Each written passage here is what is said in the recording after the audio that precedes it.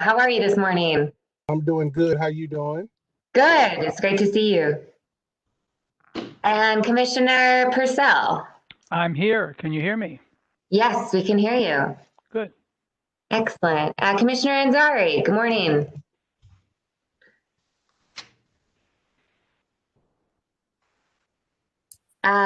Here. Oh, yes, excellent. Commissioner Bowers.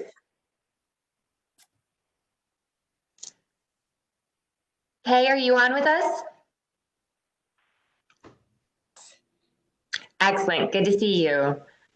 Commissioner Coleman, are you here? Oh, and I see Commissioner Batts. Are you? Good morning. Good morning, Antoinette. All right. So it seems like we're all here except for Commissioner Coleman. Okay. So I'd like to call the meeting of the Joint Finance and Development Committee to order, and let me turn the floor over to Saul to just share about our virtual meeting. Thank you, Chair. So this meeting will be held, or is being held virtually pursuant to Executive Order 16, issued by the Governor of Tennessee. The public has been invited to attend. The meeting is being recorded and can be viewed on YouTube at a later date. Now, to conduct this meeting, we will need a motion from each commission and a resolution passed from each of the committees that the committees believe it is necessary to conduct this meeting to take up essential MDHA business. And in addition, all votes will be by roll call. And so if it suits the chair, I am happy to do the roll calls for each of the committees. Hey, Sharon. So the first order of business would be, I guess, for finance and audit to go ahead and make the motion and approve it, and then we'll move over to development. All right. So as the chair of that committee, I would move that the committee does believe that it's necessary in order for us to conduct essential business that we meet virtually today. Is there a second? Second. So Commissioner Thaden, how do you vote? Yes. Commissioner Purcell? Yes. Commissioner Ansari? Yes. Commissioner Batts? Yes. And Commissioner Campbell? Yes. Okay, very good. And now the Development Committee, the chair is Commissioner Ansari.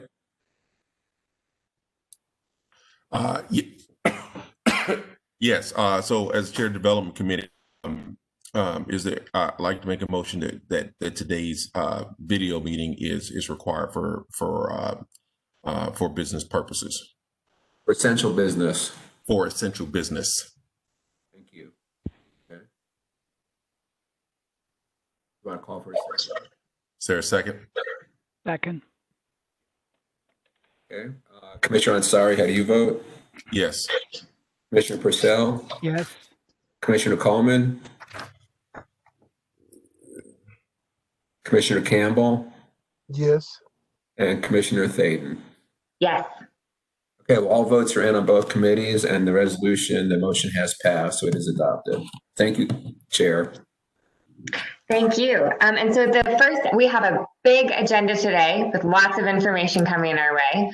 And so the first item on the agenda is the National Promise Zone and Opportunity Zone presentation. So I'll introduce, everybody knows Matt and Amel. Mel Alexander heads up our community development, Matt's Office of Strategic Development.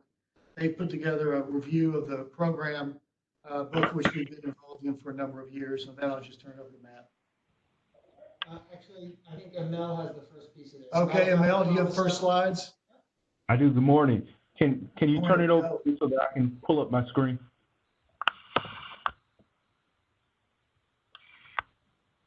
You're gonna have to use the share button, Amel. Okay.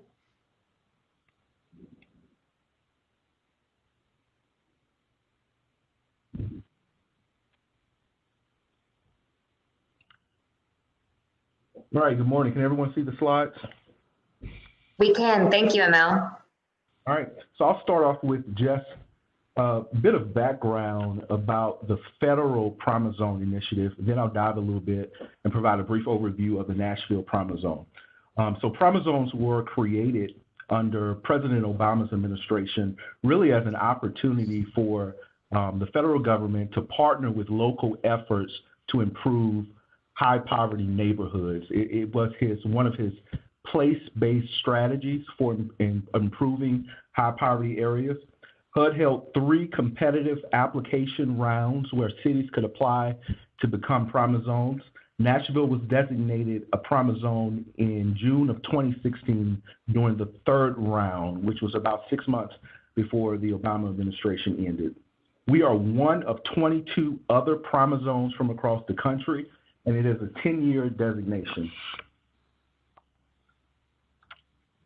On the left is a map of the Nashville Promise Zone. Our Promise Zone is 46 square miles, and it includes some of the poorest areas in the city. We also have an interactive map that I can share with you guys that sort of overlays all of our partners, all of the resources within the Promise Zone, and we even included an overlay for opportunity zones that overlap within our Promise Zone. In 2017, there were over 124,000 residents living within the Promise Zone, with 32% living in poverty. 19 of our 26 CDBG census tracts are located within the Promise Zone. These are tracts where more than 70% of the households have incomes below 80% of area median income. And MDHA has public housing developments throughout the entire Promise Zone. MDHA is the lead agency for the Nashville Promise Zone. We work with 6 implementation partners who serve as subzone captains throughout the Promise Zone, and there are up to 100 different agencies that are working within the Promise Zone to serve the residents there. And the real mission of the Nashville Promise Zone is really about promoting collaboration amongst these agencies and helping them to improve their collective impact to address revitalization efforts in the area. One of the questions we get a lot is sort of what is the Nashville Promise Zone designation? There are 3 benefits that come along with us having the Promise Zone designation. The first benefit is that we receive, and we being members of the Promise Zone, receive additional bonus or preference points on federal grant applications. And the idea there is to coordinate with federal, the initial idea was that federal agents would target resources directly to Promise Zones across the country. It also promotes collaboration. So if an organization within the Promise Zone applies for a preference point on a federal grant application, we have to certify, the Promise Zone certifies that application before it's submitted to the federal government. And the intention there is to promote collaboration amongst the organizations and to ensure that there are not multiple applications coming from one community. The second benefit that comes with the Promise Zone designation is an opportunity to engage AmeriCorps Vista members each year. So each year we're able to apply for a new cohort of AmeriCorps Vista members who work and volunteer within the Promise Zone to help to build capacity.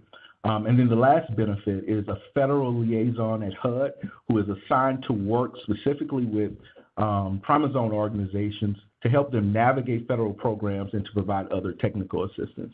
I'll stop here and ask if there are any questions so far. All right. The next slide is the organizational structure for our Promise Zone, which changed a bit this year. MDHA continues to serve as the lead agency. Vanderbilt is our evaluation partner.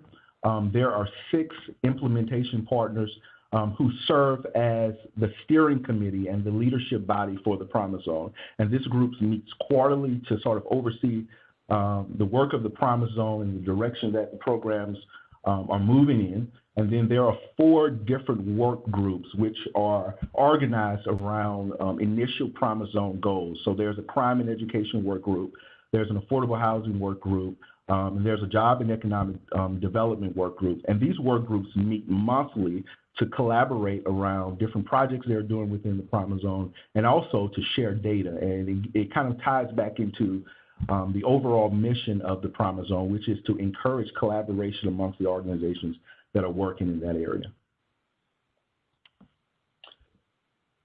These are our Year 4 Promise Zone Vista members. AmeriCorp's Vista members started their year of service with the Promise Zone in June, so they're just getting started. A lot of their work has been around helping nonprofits in the Promise Zone respond to COVID-19. So they've been giving out meals and other resources to Promise Zone residents. 4 of our Vista members are working at nonprofit organizations within the Promise Zone. 3 Vista members are assigned to MDHA. We have one working with the Envision Center. We have another Vista who is a resident association coordinator at John Henry Hale, and the Vista leader is housed within community development.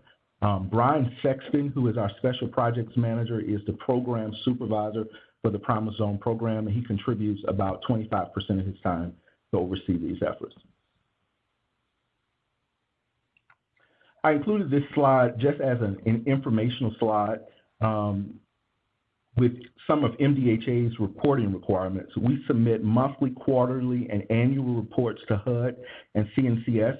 The reports track our partners' progress toward some of the Promise Zone goals, and these are the goals that sort of are tied to our different work groups.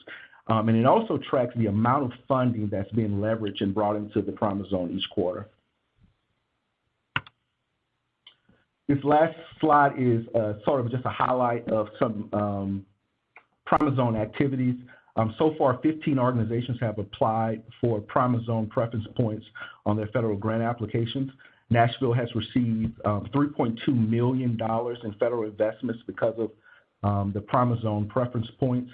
In addition to that $3.2 million, there's over $10 million that's been invested in the Nashville Promise Zone through HOME, CDBG, and some of our CPB programs here.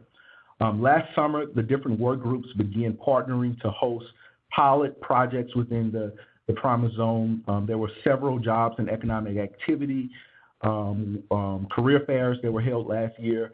The Affordable Housing Group hosted an affordable housing dinner. And back in January, the Crime and Education Group partnered with Big Sisters and Big Brothers on a canvassing effort to recruit more Black males to serve as mentors in the Promise Zone. Yesterday, we hosted a virtual training on data collection, and that's really where the Promise Zone is moving to now. We're trying to move our partners from sort of isolated impact and developing a data evaluation system so that we can sort of report out on collective impact. The next working group for the Promise Zone is November the 6th. Work groups meet monthly, and any community organization is invited to participate. So with that, I'll stop and answer any questions. Hey, Emil, Mr. Ansari here. Of those $80 million in grant requests, how many applications was that? Was that 80 applications? Was it only 15 applications? And what was required by MDHA in order to process that from a resource perspective? I don't have them in front of me, but I can get that information over to you. But we certify. So when an applicant is applying for a preference point, they have to get a letter of support from that subzone captain. Then they bring that letter of support to the leadership team, and then there is a vote on whether or not the Promise Zone should endorse that application. Once that is approved, we just simply certify that, sign off on the form for HUD, give it back to the nonprofit, and they submit it for their application. Got it. Okay.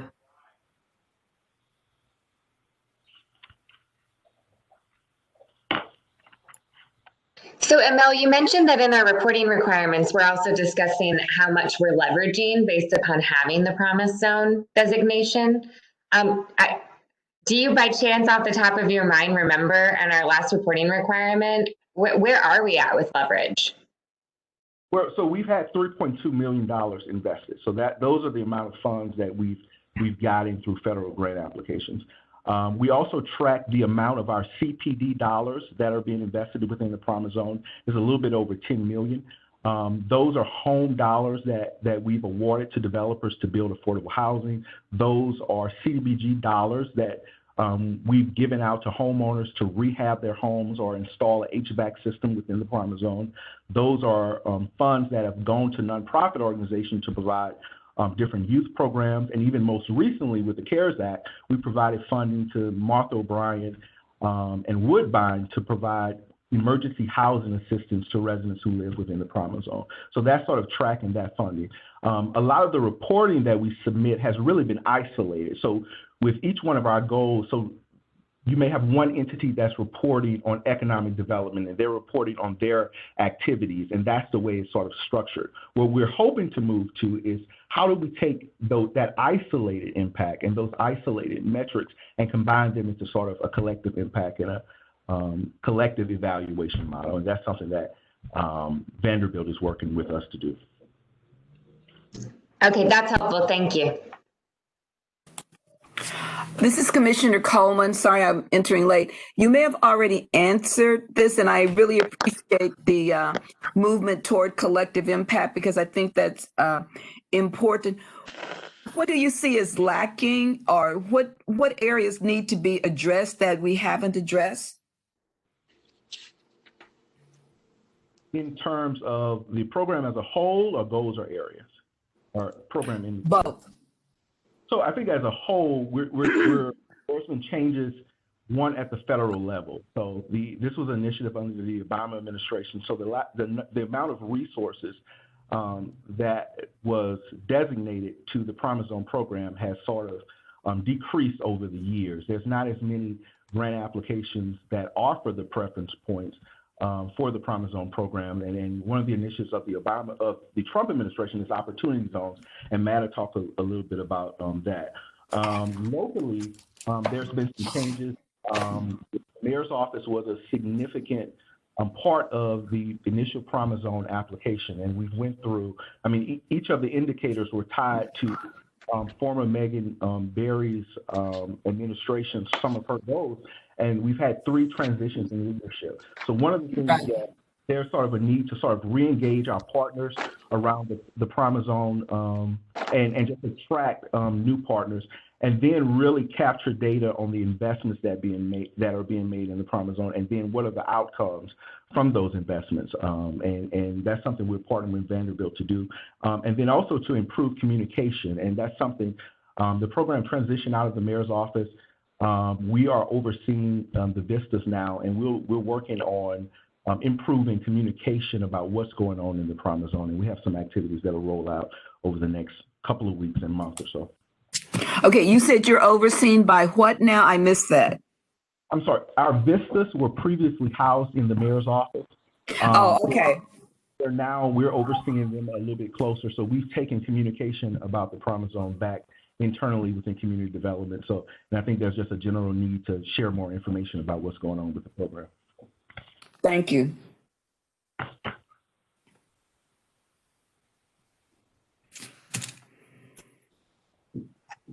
Okay, if there are no more questions on Promise Zones, I'll talk about Opportunity Zones, but I don't want to cut off the conversation if other folks have questions. Yes, I do have a couple of questions before you jump to Opportunity Zones. This is Kay. Yes. Amir, I'd like to have a copy of the latest quarterly or annual report so I could see what those look like. If you could provide that, I'd appreciate it. Absolutely.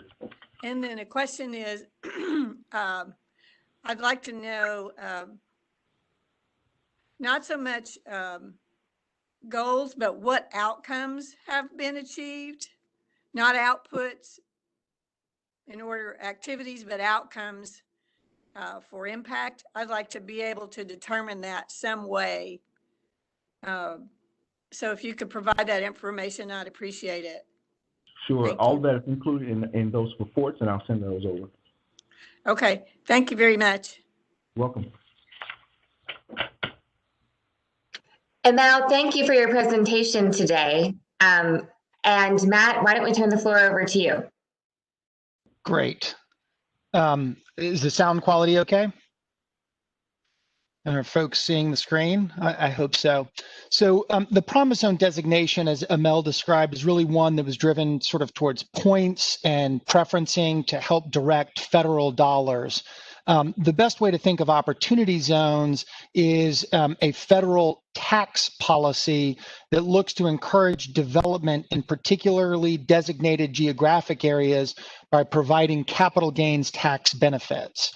So that has a few obvious implications. One is that they're not federal dollars directly attached to these investments. It's really looking to direct private investment into particular areas. And the second thing is that it's driven by private capital gains dollars. So with that framework, I'll provide a little bit of guidance about how opportunity zones apply in Nashville. So this legislation was included as part of the Tax and Jobs Act that was passed in December of 2017. Senator Tim Scott out of South Carolina was one of the early advocates of this particular approach.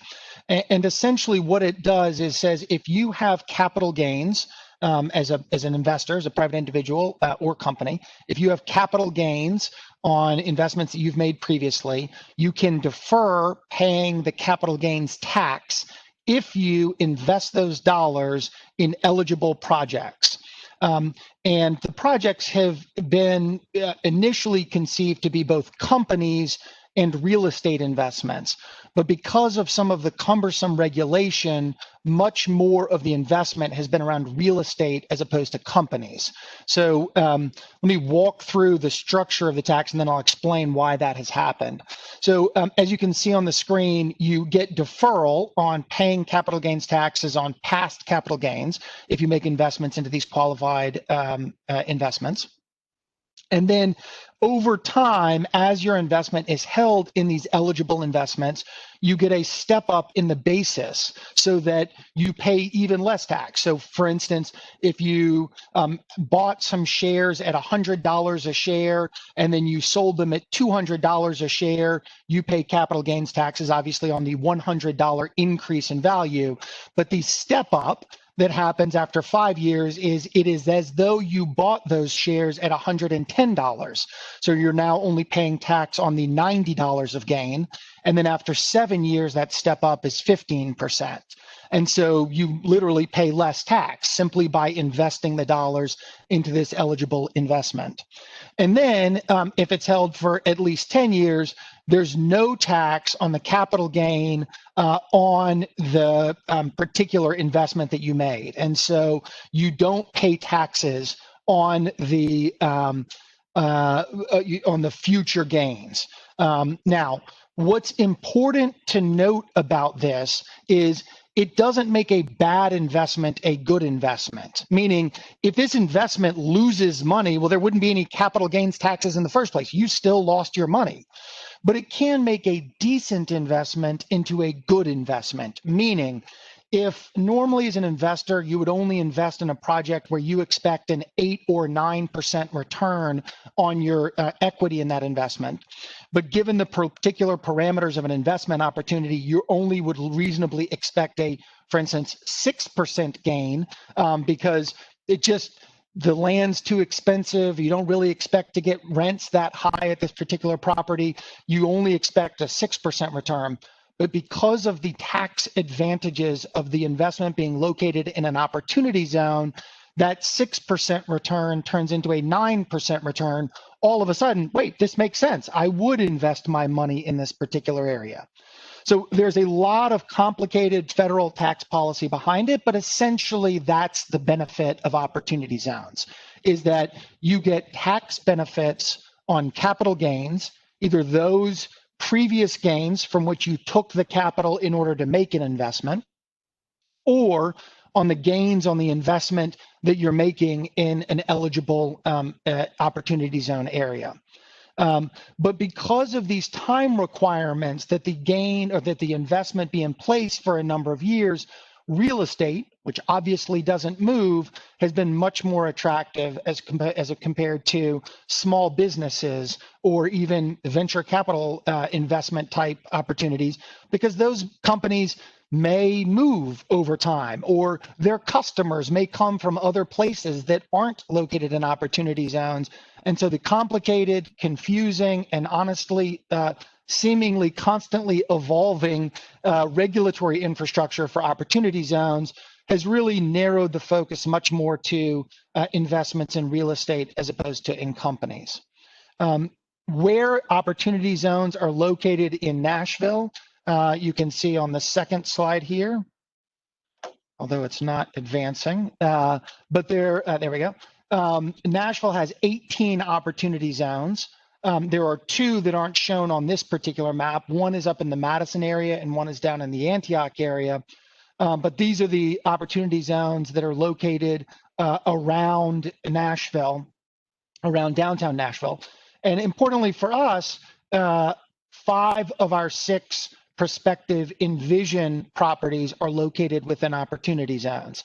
The one, I would do a quiz, but it's tougher to do quizzes over Zoom. The one that isn't eligible is right there in the middle of the screen, Germantown, obviously Cheatham Place, located in an area that had already advanced. And so it wasn't really eligible for opportunity zone designation. But Casey, Napier, Sudicum, Edge Hill, Andrew Jackson, and Cumberland View are all located in those areas. So what does that mean for MDHA? What it means is a few things. First, if there is private development located within the Envision plan, those would have tax benefits that might attract investors. MDHA doesn't have capital gains and wouldn't pay capital gains even if we were to sell some of our properties because of our designation. So it doesn't help MDHA in our development initiatives, but it would potentially make any private development happening in Envision redevelopment or other redevelopment that happen to be located in these opportunity zones, make it potentially more attractive to private sector investors. I'll pause my comments there and happy to take any questions that you have.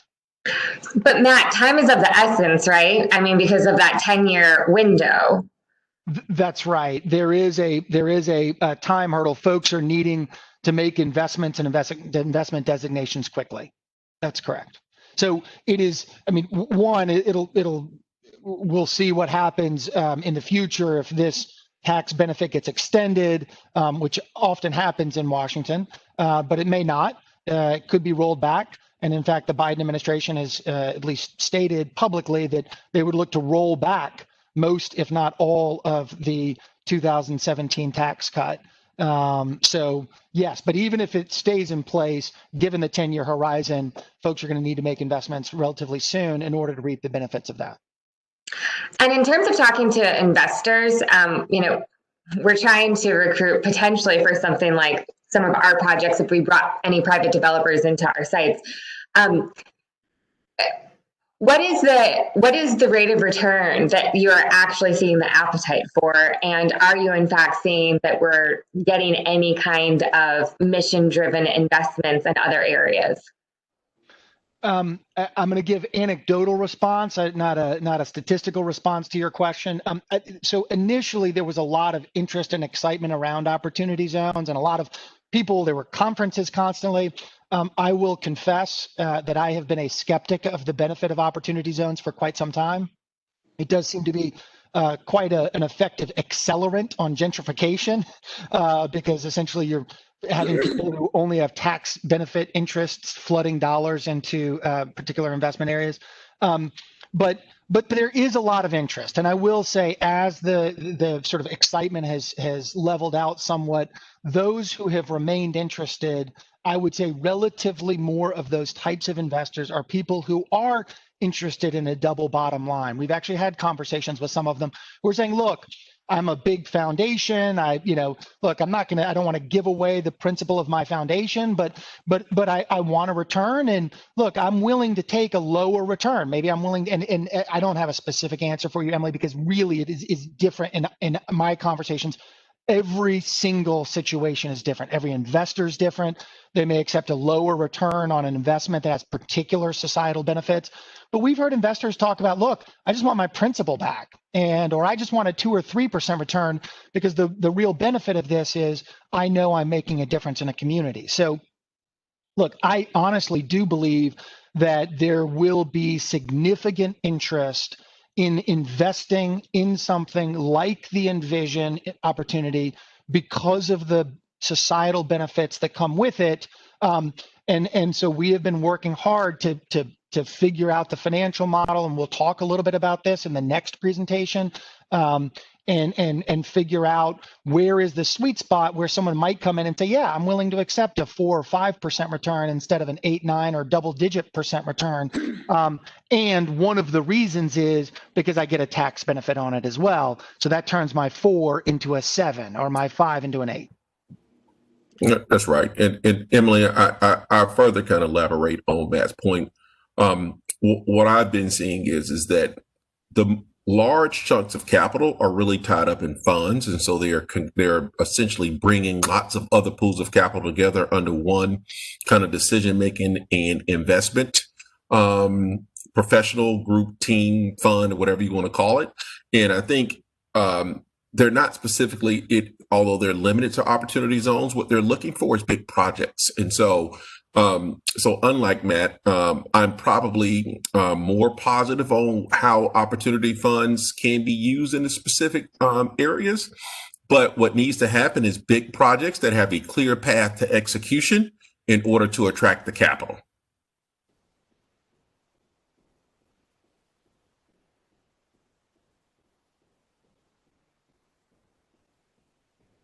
Any other questions on this? No, Matt, so did I hear that you're going to share more at a future time? No, I was simply referencing the next presentation that we're giving on the Envision update does look at some situations, or at least one where an opportunity zone might be relevant. That's all I was referencing. I apologize for the confusion. I see. So in these talks with investors that are willing to take a lower return because they want to invest in the community and make the community better. Are those concrete conversations that are going on? And you're looking at financial models to see what that might be acceptable to them? So we today, because MDHA to date has chosen to essentially self-develop all of the projects that we've done, we have not had opportunities for investors to private investors to invest capital in the Envision process. So the short answer is no, we have not. Now, there are some opportunities, and that's one of the things that we want to introduce to you and talk to you about. But because we don't have guidance that this is something that the board wants to consider yet, we have not had specific conversations, concrete discussions about opportunities and investments. Okay. In my prior role, I did have many conversations with folks on specific opportunities when I was back in the mayor's office doing economic development. But although I will say, even in that situation, like there's no local requirement, there's no local input, right? Like essentially, if you have an investment opportunity and you invest and you put your money in, you get the tax benefits. Doesn't matter if the city thinks it's great, terrible, or indifferent. I mean, you have to comply with local zoning laws. You have to comply, but there's no local stamp or oversight or approval required. It's really just a federal tax policy, akin to a 1031 or some other federal real estate tax policy. Okay, that's helpful. I will say I went to a few of the workshops. The director of the State Department of Economic Development talked to me a long time, and many of us shared your views on and our worries on. We called it gentrification on steroids. That's what we were worried about. But it sounds like things have cooled down, and people are considering other ways, and it sounds like there are potential interested parties that are willing to invest in the community for the community's good. and accept, a return that we call affordable capital, which is, 3 to 5%, as opposed to 20%. That's all I have to say on that. Yes, ma'am.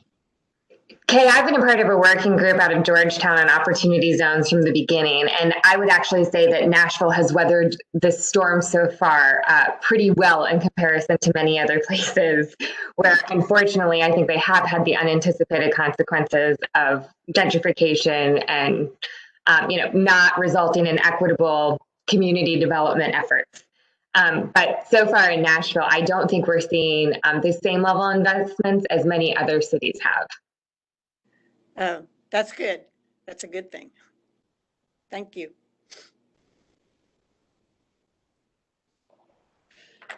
Any other questions or comments from commissioners before we move on to our next agenda item? Okay, so with that, I'd like to move on to the Envision process update.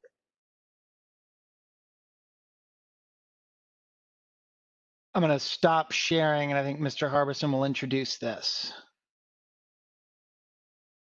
Matt, you can pull up the slides from your end. Yes, sir.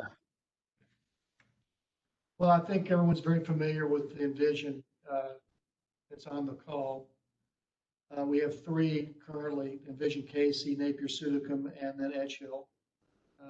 This program began roughly in February of 2013 as a means to, without having resources, to at least have plans should resources ever develop. I arrived in December 2013, and we put flesh in the bones of the Envision Casey program. You'll get an update of where we are, but I think the notable achievements are from a community-based planning program that involves the community-developed mixed income, mixed-use redevelopment, which we then have executed pretty well and proven the concept that you can manage properties and that people of high rents, people of higher income, middle income, and low income will live side by side, and it will work. So that's where we are now. This presentation has breakpoints, Commissioner Thaden, so if we get to a time crunch, we have the ability to either jump ahead to some detail items that are maybe not exactly related to the whole cloth of the presentation. But to start with, our mission statement, everyone's aware of it. I won't read it to you. Everyone can see it. And then the key charter statement, which has remained unchanged since 1937. We own, develop, and manage federally funded rental units for low-income citizens. And the development of mixed income is not to develop apartments per se for market rate renters. It's to improve the conditions of concentrated poverty for low-income citizens without displacing them and by providing a better environment. Next slide. So our purpose today, really 3 parts. Our last update to you was at the retreat in January to give you our current status of where we stand. Look ahead in the 18-month development schedule where we have made some financial commitments already. As an example, we informed you we won a 9% low-income housing tax credit from THTA, and that'll be our next major piece. And then to lay out just possible future opportunities without any decisions.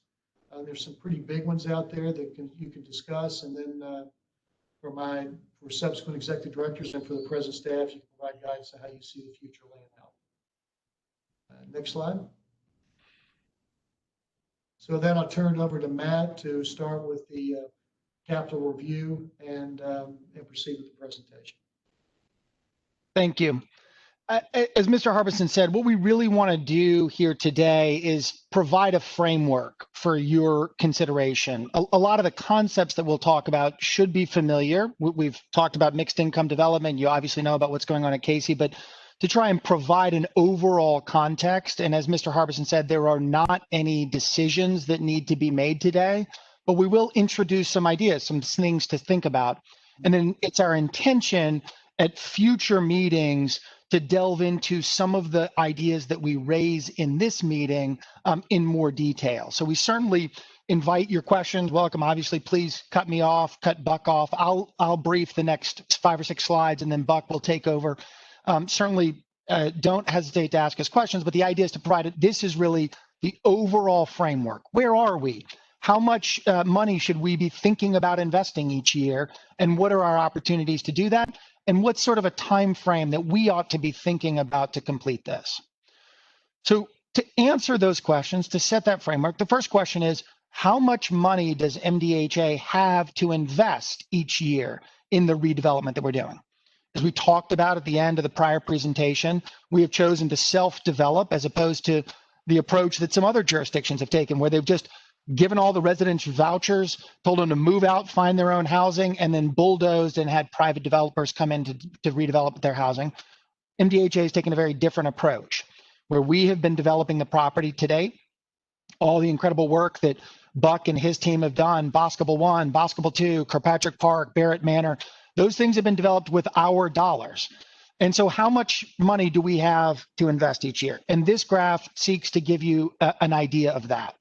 So the chart has 2 things. One, the blue is the ongoing operations and what we generate essentially from cash flow each year. And then the green is one-time operations. And so it's one-time events where we have dollars that flow to us for various reasons. And as you can see, the expected amount is roughly $10 million a year. There is a sizable cash infusion that we're expecting next year as Ray Hensler makes the next payment for the Rolling Mill Hill redevelopment. And Buck will talk in a little bit more detail about that. Money's already allocated. We know where that's going. We have a plan for that that we've talked to the board about previously. But essentially, in your minds, you ought to be thinking about a roughly $10 million a year investment opportunity. And that comes from the operations. And let me just pause for one moment. Again, this is something we've talked about before, but the way we operate as an agency is we have 4 divisions. We have affordable housing, we have rental assistance, the Section 8 vouchers, we have community development, Amel's group, and we have urban development, Joe Kane's group. And the rental assistance group essentially operates break even. We get roughly $52 million a year in money. We keep $3 or $4 million of that to pay our staff, to pay our expenses, to manage the program. The rest of that goes out the door. That's a break-even business, $52 million a year, and we do it exceptionally well. Similarly, community development manages and distributes $12 to $15 million a year in grants, primarily HUD grants. It's a lot more this year because it includes some CARES Act money. We take a little bit of an administrative fee to pay for Amel and his staff, and they do an incredible job managing that. That is a break-even business for us, if you will. And then urban development, the 5 staff members over there, Joe Kane and his team, do an incredible job managing a dozen redevelopment districts. We'll talk a little bit more about one of those. There may be one fewer of those redevelopment districts next year, but that is essentially, again, sort of a break-even business. We administer TIF loans. We take an administrative fee that helps pay the fees for that. So really, these profits that we're talking about, the cash that we're talking about being able to invest, are profits that we're making.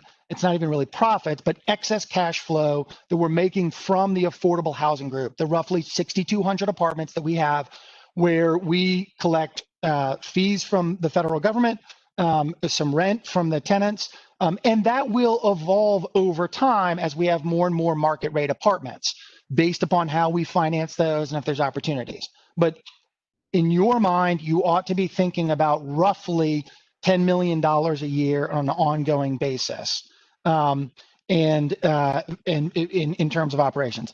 Let me just note a couple of things on this slide in anticipation of some questions that you might have.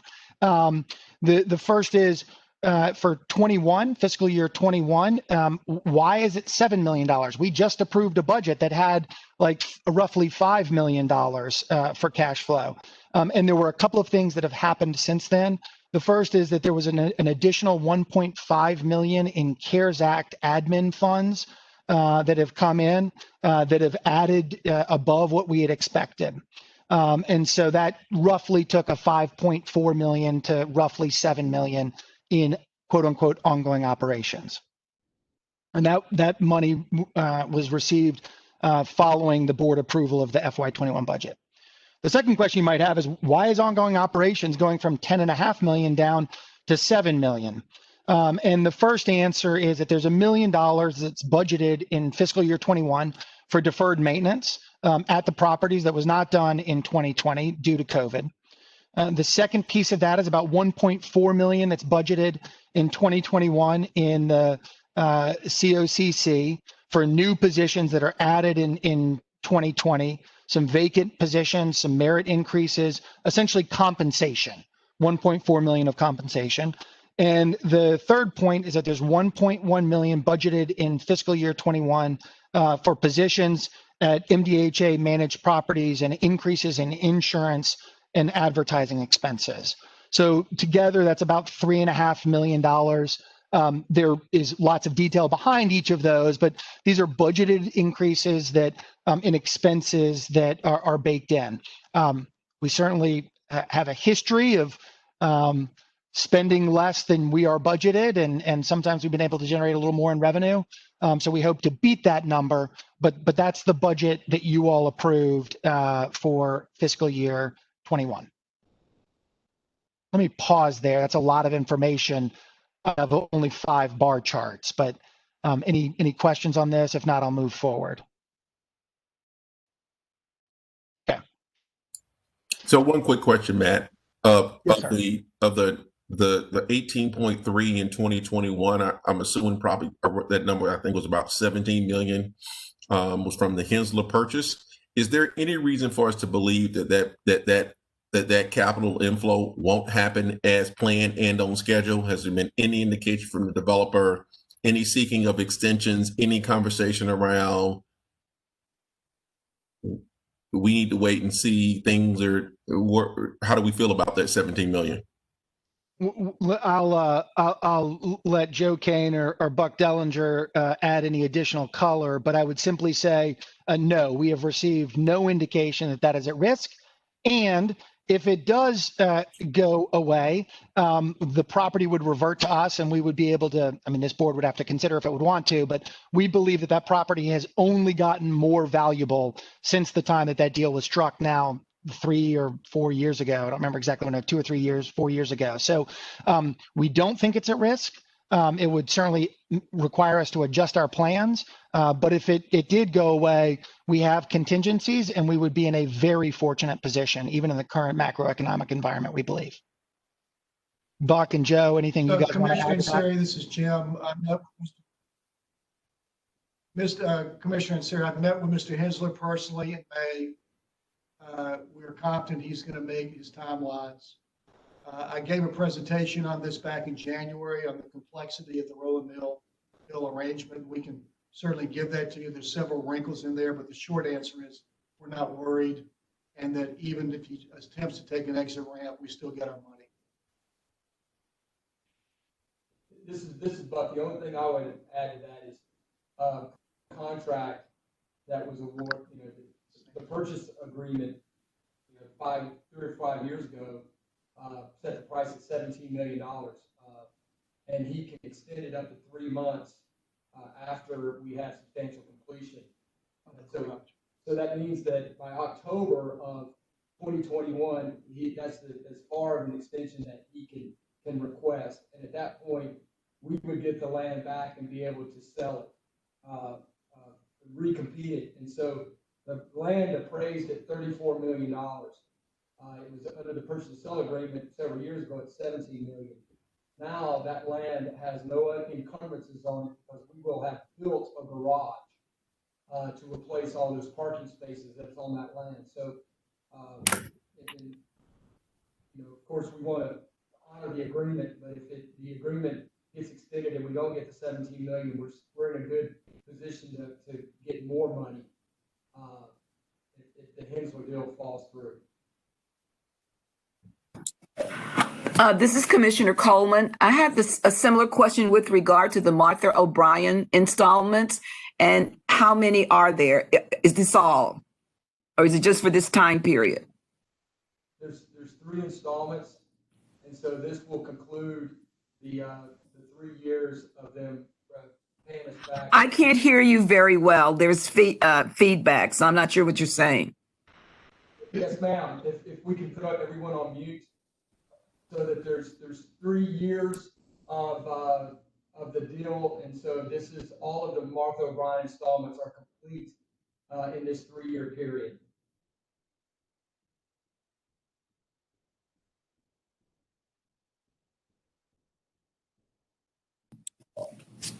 The only thing I heard was this 3-year period. I'll ask afterwards. Somebody can answer it for me afterwards. Thank you. Sure, Commissioner Coleman, maybe is the sound quality a little bit better from here? Yes, with you it is. Okay, yeah, I think the short answer is these 3 installments are the 3 installments from Martha O'Brien. There is a sort of exit that's beyond the term of this graph where it closes out the deal, but these 3 installments are all that there is over the next 5 years. Okay, and the question, it was similar to the question before. Is there any uncertainty with regard to those the remaining installments being made? We are confident that they will be able to make these payments, but they do have to perform. It's dependent upon them, Martha O'Brien, having the available cash to do that. We have confidence based on the conversations that we've had with Martha O'Brien, but there is a risk.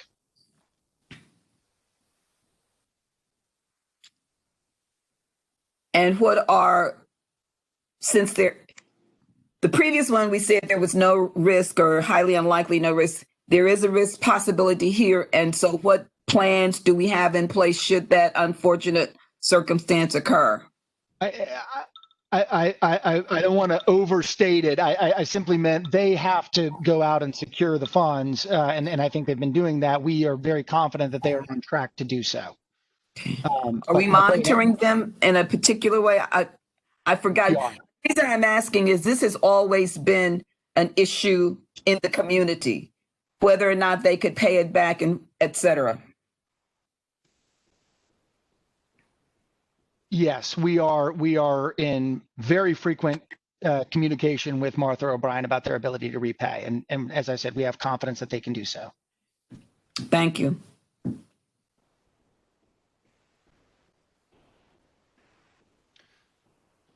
So I'll move forward unless there's additional questions here. So first point, there's going to be roughly $10 million a year to invest. We're going to talk about the envision opportunities, but you all would rightfully want to know what is the condition of our current existing properties. This Matt, let me slide ask you one more question. I'm sorry. Back to that previous slide. Do we have unrestricted cash on the balance sheet?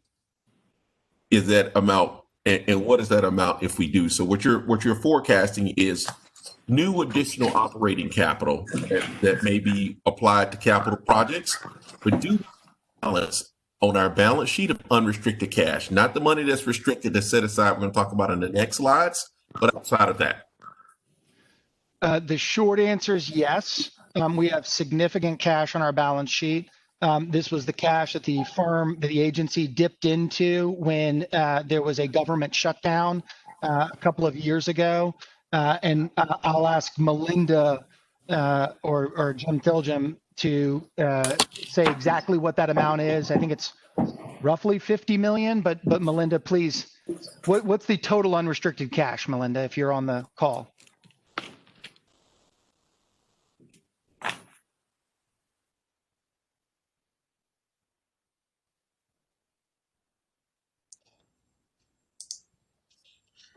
I had sent a schedule, I guess, last week.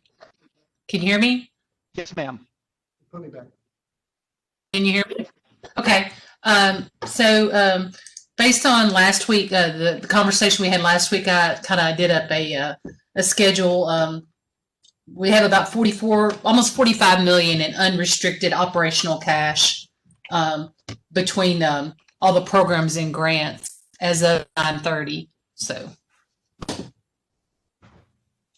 That's right. So technically speaking, if something were to happen with the Hensler purchase or the Martha Bryan installment, we restricted cash to kind of meet our requirements for 2020 and 2021. Yes.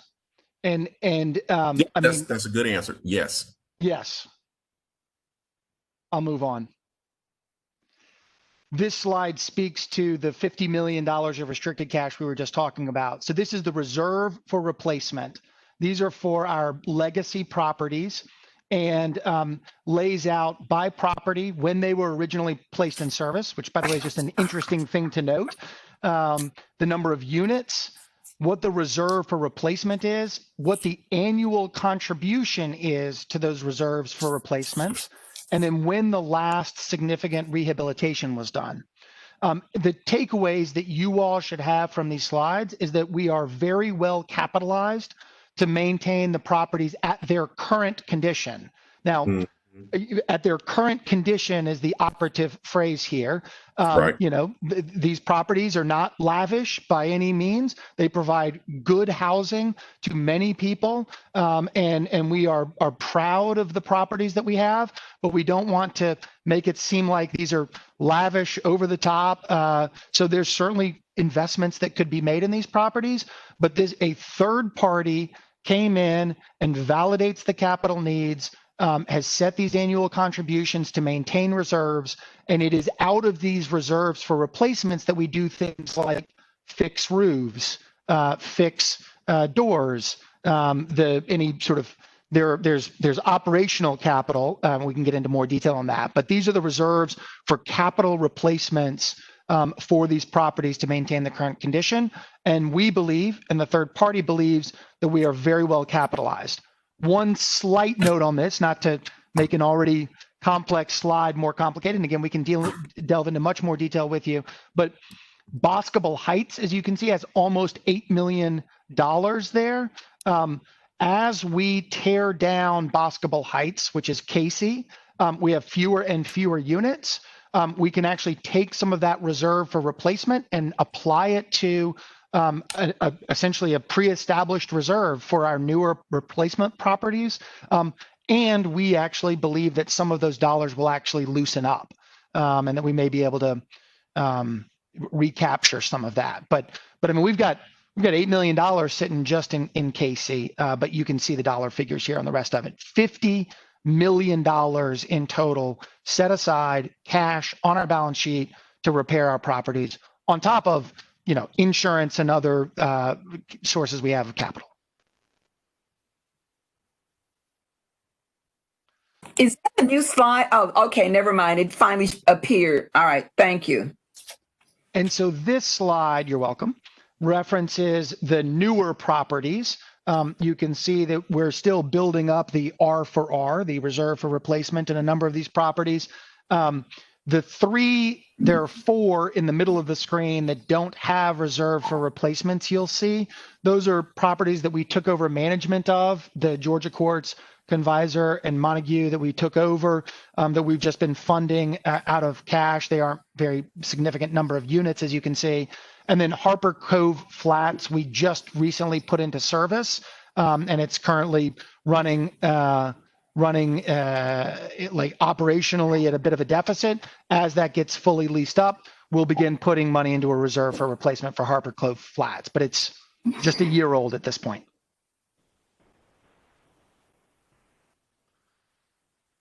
So that's where we sit. We've got $10 million a year that we should be thinking about making investment opportunities for. We've got our properties and $50 million sitting, $44 million sitting in unrestricted cash that we're not dipping into, that's on hold in case something goes wrong, or there's a federal government shutdown and we need some cash or something happens. And then we've got $50 million in reserve to maintain our current properties. And those are in we believe, good shape. So now we turn to look at the future. And again, this slide should be fairly familiar to you. Casey, we have done the master plan, we've gotten it rezoned, and we've begun construction. Sudicum and Napier, we've gotten rezoned. We've done the master plan, we've gotten rezoned, but we have not begun actual construction, but have taken important steps that we'll talk about in a second. And Edge Hill, we've gotten the master plan completed and we're working on the rezoning. And as this group knows well, we've paused or at least put on hold for the time being the master planning process at Cumberland View, Cheatham Place, and Andrew Jackson. In total, there's a potential, we believe, for about 8,604 new units on these 235 acres in the core of Nashville. And then we have additional units at other properties that aren't listed here, John Henry Hale, Levy, et cetera, the other legacy properties that were addressed previously. You all know this slide. You know this well, but just to set the table, a few things that we think are really important about this. One, mixed income is good.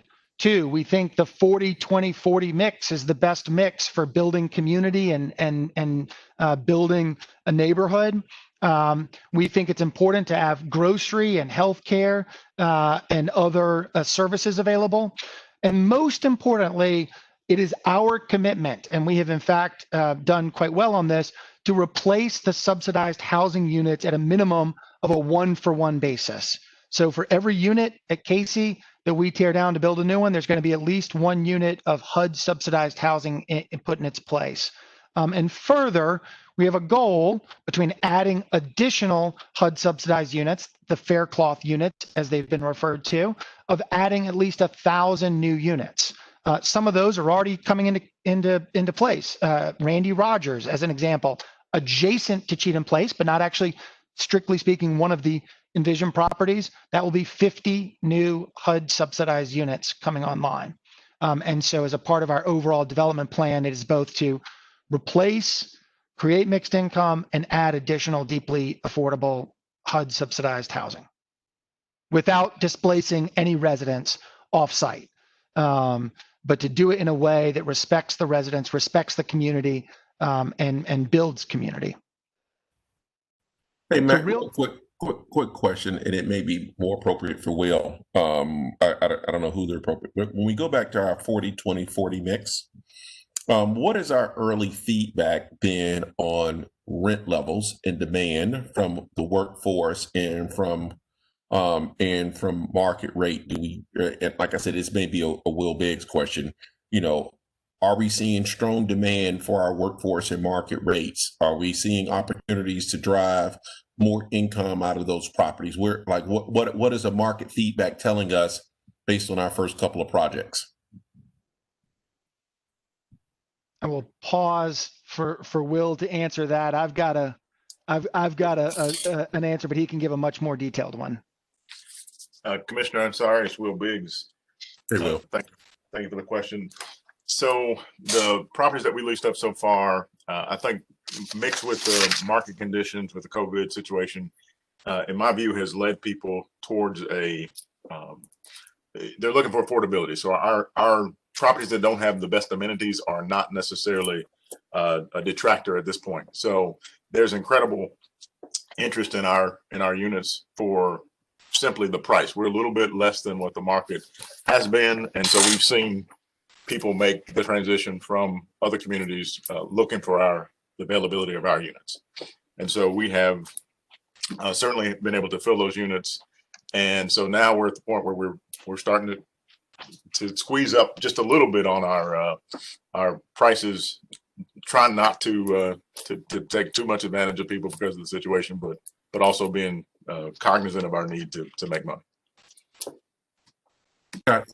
And so, Will, from a demand perspective around the market rate, are we seeing twice the demand for the units availability? What are we doing so I sense a cautious approach to this. Have we decided, hey, let's go here and test, what are we doing to probe to understand where the market, from the market perspective, actually feels pain, right? Because, and I don't mean it in a bad way, but I mean is that if we're only going to generate $8 to $10 million a year from operations, and as we get more market rate units and more workforce units that can actually be accretive to our income statement, I just want to make sure that we're working very hard to try to extract as much as we can, because when you look back at the very early slide that Matt put up around $8 to $10 million a year, the way that grows is maximizing the value of free cash flow out of our other units. So yeah, completely agree with this next development, Red Oak Flats. We've certainly had discussions about how far we push those market rate, rents. So we're certainly discussing that.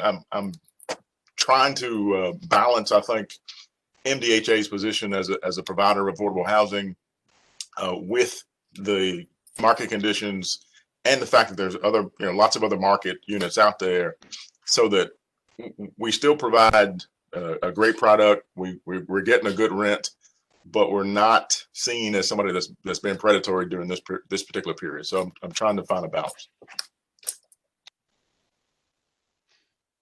Will, is it accurate to say that the rents have exceeded the pro formas when the deals were put together initially?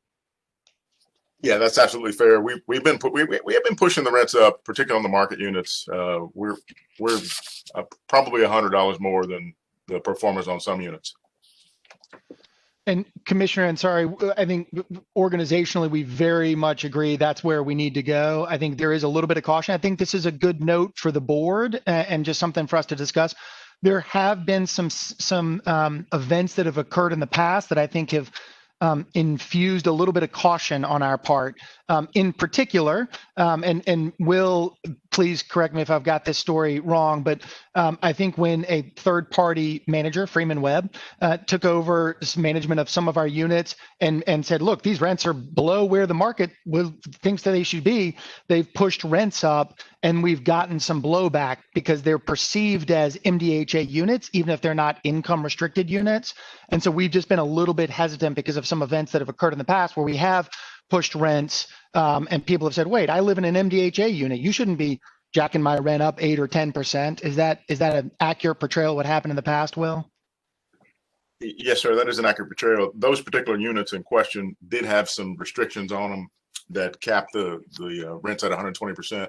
And so that was sort of the clause. And so, but you get that same sort of feeling when people know that MDHA is involved in the project. There is a concern that our mission is to provide affordable housing. And so even though we've got that market portion of the units, there is a balance, I think, that we've got to find, at least in my opinion. Now, if the board feels strongly that we should get what the market is, that's what we'll do. But I just want to. But I think what you're saying, Matt, I do think and maybe the best way to approach this as we think through our planning for next year is that we are actually changing who we are in order to provide more permanent affordability. Like that is actually a change in the culture and how we are actually going to do business. And so I think what we've decided, and we can go back and talk with the chair and with all the members of the committee as we go through our next planning session, is that we are actually building a market rate component inside of our portfolio for the long term. If you look at all the numbers that Matt put on the previous page around how much market rate and how many 8,000 or so additional new units we could add, like we're actually building a large market rate portfolio is part of our plans until we actually make a decision. So I think we need to figure out how to balance, because we do want to provide permanently affordable housing. And we want to do at least another 1,000 new units of it above our existing inventory.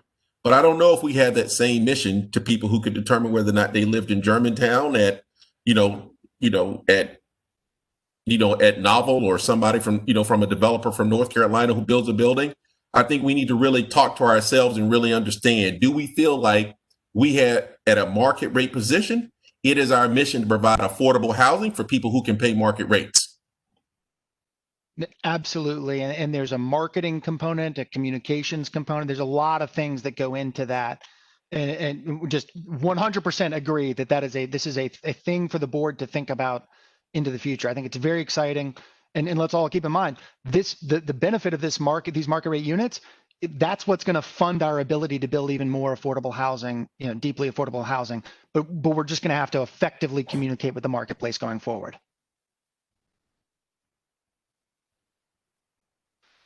All right, so I'm going to give 2 or 3 more slides and then turn it over to Buck.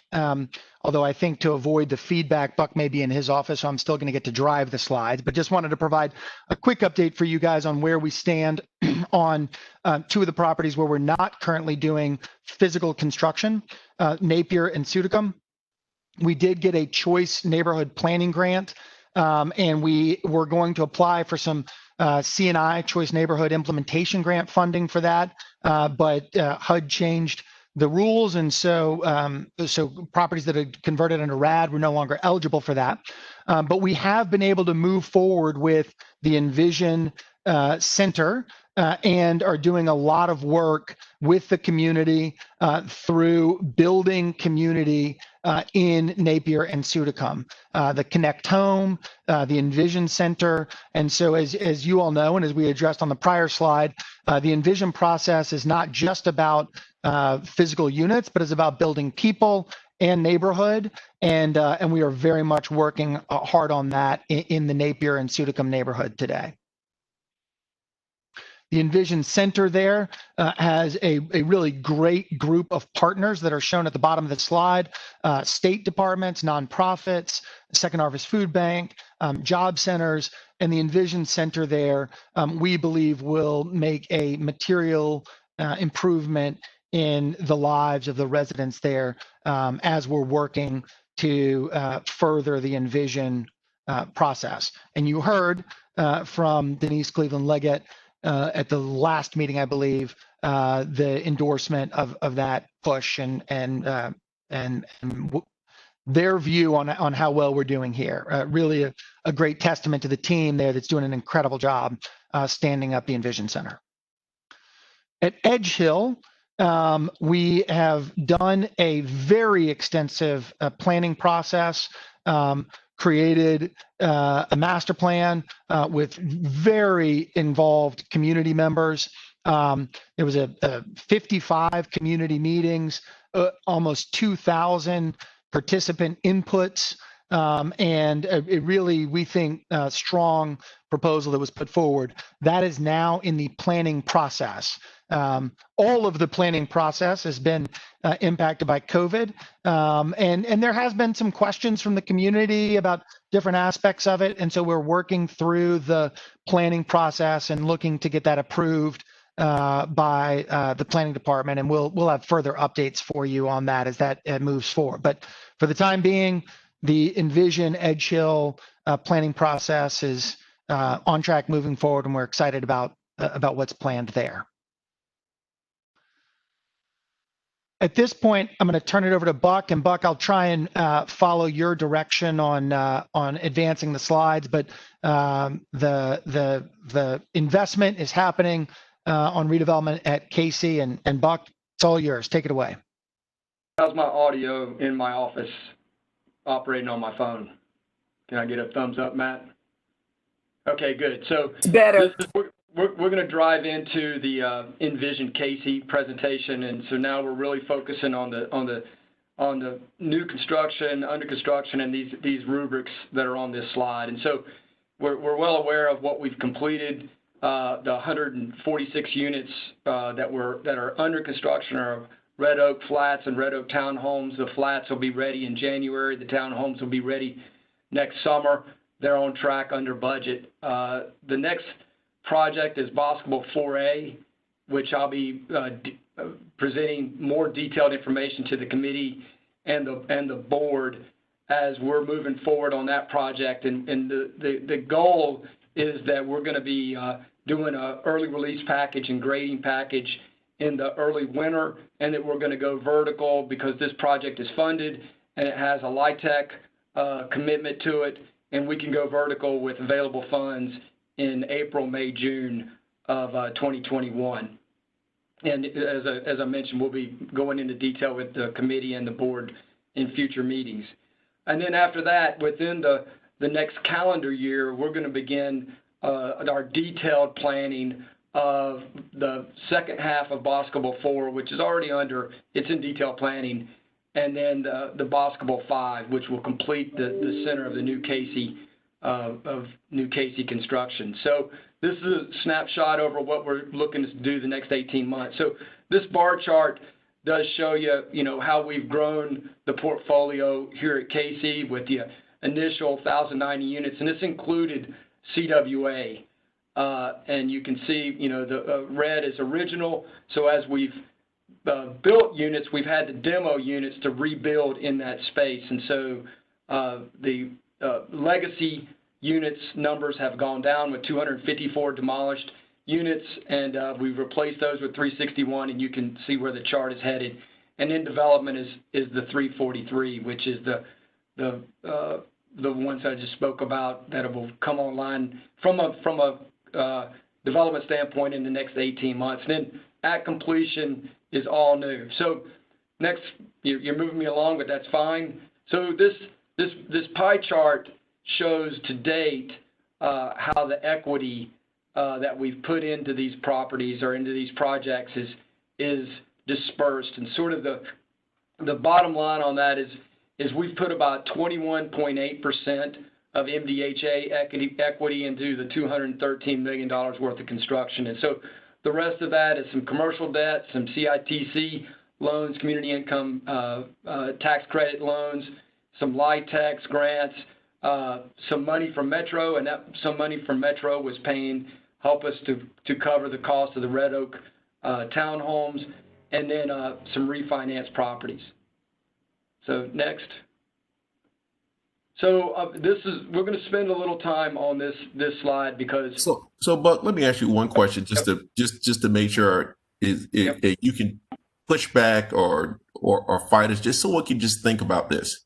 So 21.8%, which is the MDHA contribution, equity contribution, thus roughly $44 million.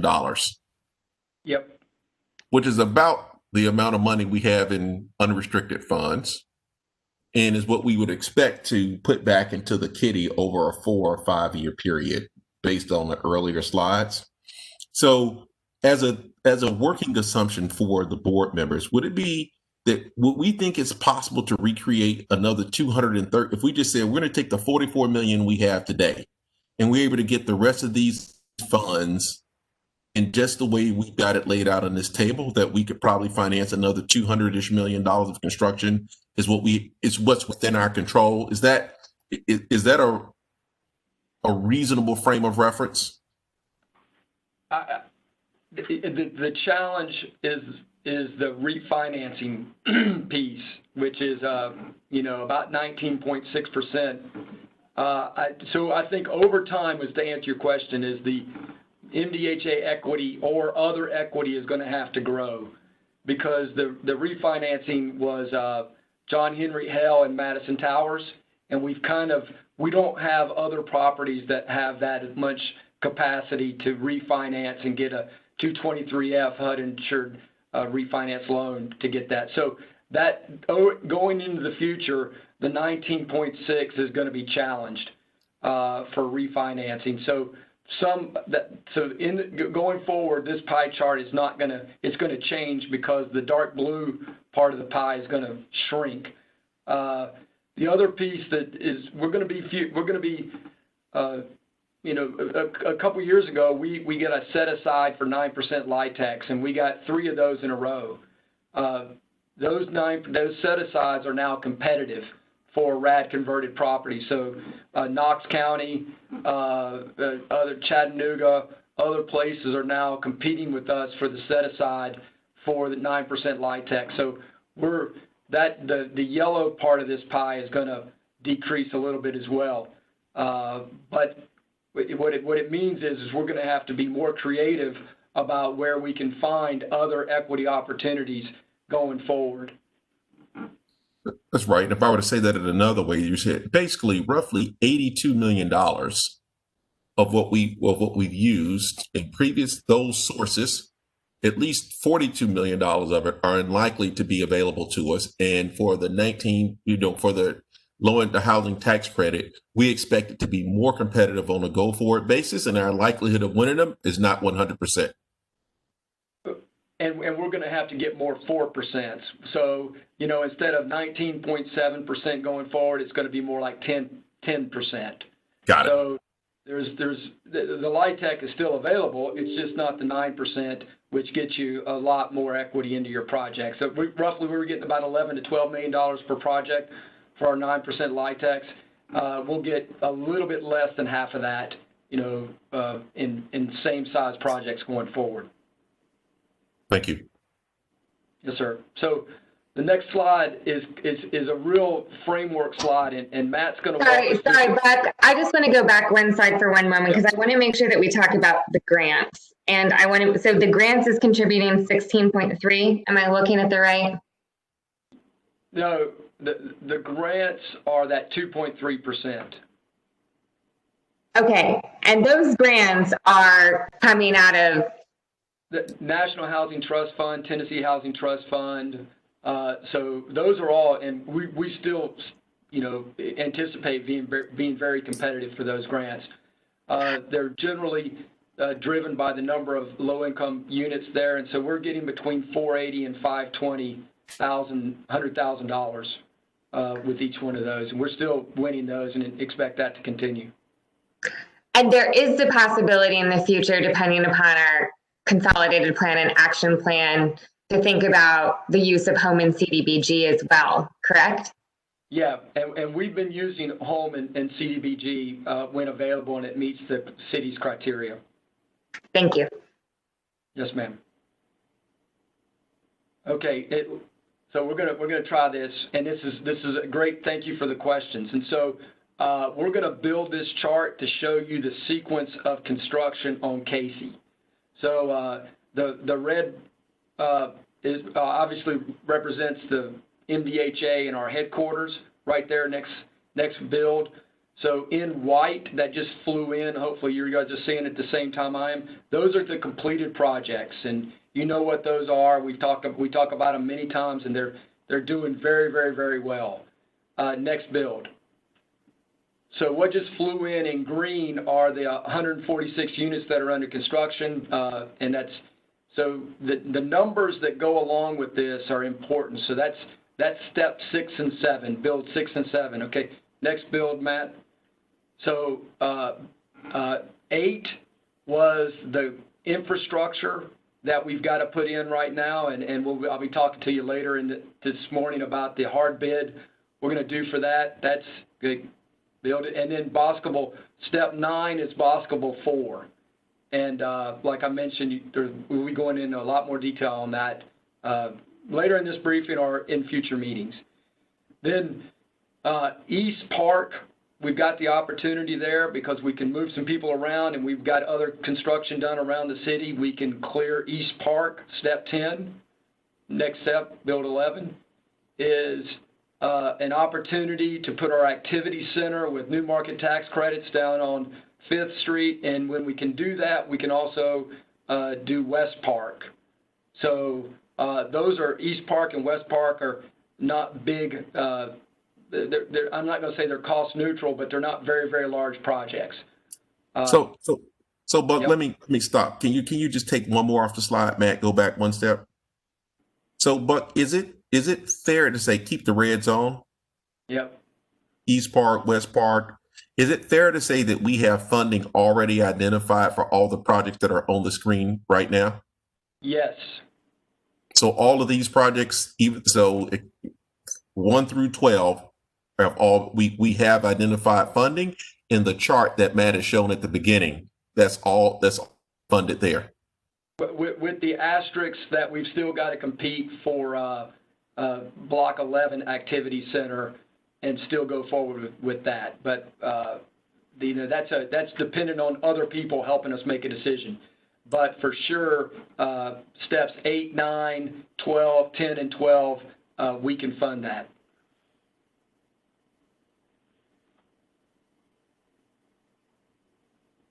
Okay. Sorry, Buck, I'm not following. Can you explain what you mean by that with the activity center? So the activity center is we're working on a concept, and there's a slide that follows from this where we could build about a 35 to 45,000 square foot activity center with some residential units on top. If we get a new market tax credit to help us fund the activity center on that block. And the new market tax credit cycle is we will introduce this project this month, and we'll pursue financing, and won't know for financing and for that project until June, July, August of next summer. But you know, part of that is we've got to have, for us to compete, we need to be shovel ready for that project next summer, which means I'm working with architects and partners to help us make this a workable idea so that we can sell it to a community development entity, a CDE, so that they will give us the money through their new market tax credit allocation. So as we're continuing to work this project going into the next cycle of new market tax credit allocations for 2021. And Commissioner Thaden, let me share my perspective on this. This is a project. Today is the first day we're introducing this to the board formally. There'll be a lot more discussion about it in the future. The idea on this is that we have not put gyms in, for instance, Barrett Manor or Mosley on 6th or Manning Place, but we do think both to build the community and to have the amenity. You heard Will Biggs talk about that earlier. We do think that an activity center has a variety of benefits to building community. And the proposal that Buck is working on suggests that MDHA would contribute the land, and then a private developer would develop housing on top of a community center. And so there actually wouldn't be an equity investment or a capital use by MDHA. This is the first time we're introducing this to you guys. We'll give a little bit more detail later in this, and then I'm sure that there's going to be a lot of discussion about if we should move forward on an activity center, if we should, what it should look like, how it should scale. But Commissioner Ansari is right in the sense that because there wouldn't be a significant capital outlay, the way we've been thinking about this is we give the land, they build the building, and we figured out from there that everything you see on the screen right now can be funded with the money we have in the bank today, plus the $17 million that we're going to be getting from Hensler. And from a constructability standpoint on our land, this is when we can build number 11, the activity center, from a sequencing standpoint. This is built itself, but again, just to reiterate what Matt Wiltshire said, 11 has not come before the board or this committee before, right? Yes, sir. There is a community center already sitting to the right, that is to say to the east of number 3 Explore School. Yep. There's a gym in Explore School. There's a city community center sitting 6 blocks to the north. All right, thank you. Let's go on. Okay, so next piece, next build. And build me one more, Matt. Okay, so the sequencing here we go. So the key discussion point here is that we can build block 15, Basketball 5, and the library, block 14, the library is contingent on the political and financial situation of the city going forward with the referendum on the tax increase and what Metro decides to do with the library, which we've designed in the right side of this slide. And then the middle park is will get built when we complete Basketball 4 and 5. The key point on this, at this point in this build on here, is we've got to put in the 108-inch pipe, which is build number 17 on here, prior to building out 18, 19, 20, or any other further projects on that. And so part of the block 13, which is Lenore Garden, is in order to build out block steps 17, 18, 19, and 20, we may need to do something on block 13, Lenore Garden, in order to rebuild on what is the CWA footprint we need to build on the Lenore footprint first. So while there's some non-connected activities through 14, 15, and 16, Block 13 is connected to move 17, 18, 19, and 20, and all subsequent builds from there. And so this starts to present our challenge is that we've got to overcome the infrastructure hurdle that's created by the fact that East Nashville is still on a combined sewer and stormwater system. And Metro Water has mandated that we will not build anything north of the West Park, Middle Park, East Park line until we put in the 108-inch pipe, stormwater pipe, and separate the stormwater and sanitary on the west side of the picture as you're looking at it. And so the 108-inch pipe, stormwater pipe, is a big benefit for the entire East Nashville Crutcher Basin. And so it is a significant issue that we've got to overcome before we build on the north side of Casey. Could I ask a quick question on that? Yes, sir. This stormwater project is a second stormwater project, right? In addition to the existing stormwater project. Correct. Is that right? And yes, sir. there were previous negotiations at an earlier time with the city regarding stormwater. Yep. And we are responding to them and have, as a board, responded to them, right? We are. I don't know that the board has responded, but the negotiations are that us and Metro Water, we will pay for 50% of the pipe, and they will pay for 50% of the pipe. So that's where we are in the negotiations, and right. the staffing an MOU with Metro Water and MDHA. And that's underway now? Yes, sir. This is new to the board, I believe.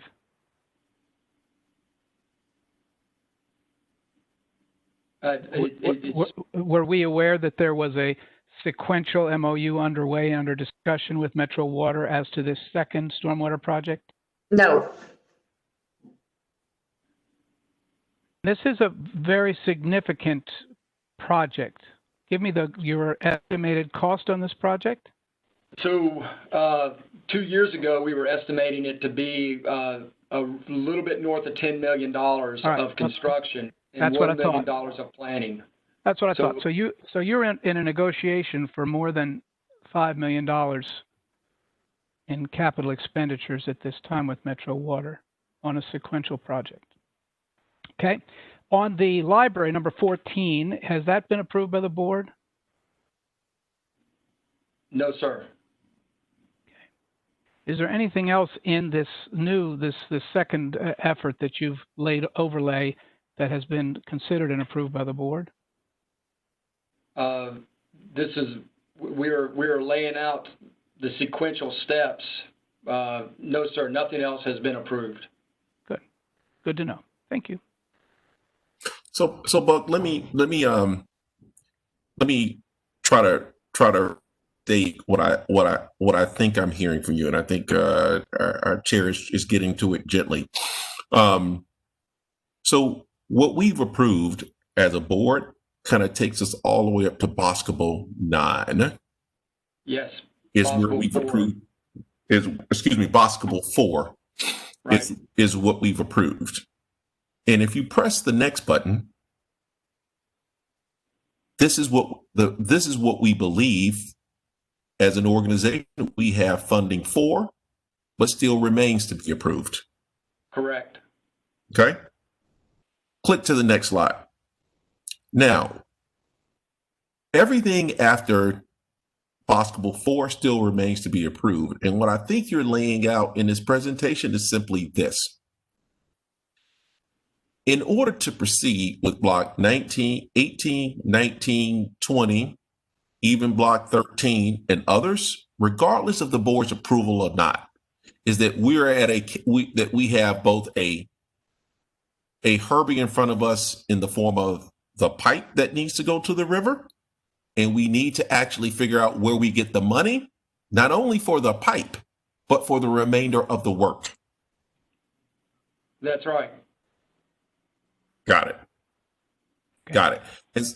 And so what I think what we probably should just try to be clear about and separate for the board is there's an approval process that needs to go forward, as in there's certain limits of authority that need to be approved, but there's also a plan that we're laying out before you that may require us to get certain agreements in advance to enable the rest of the plan financially.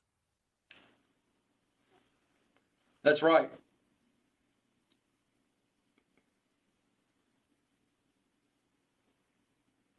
And so to date, we've been working with the board one project at a time, trying to paint the whole picture. This is the first briefing that we've ever given to the board to lay out the entire sequence and the potential cost and funding gaps for the entire project.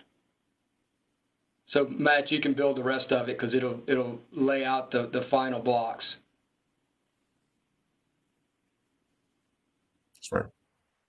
Okay, so, and then this is just the next slide further identifies the infrastructure. So, Buck, don't go there yet. Let's go back to some questions that have been asked by other board members. Yep. So there's been questions from the board as in, do we have the money to complete Casey? As we currently sit, do we have a capital plan? Let's just say we approved everything, which we haven't. If we said we approve everything on this slide, do we have the capital identified and available to finish out Casey? So, and Matt can help me out, but I don't need any help.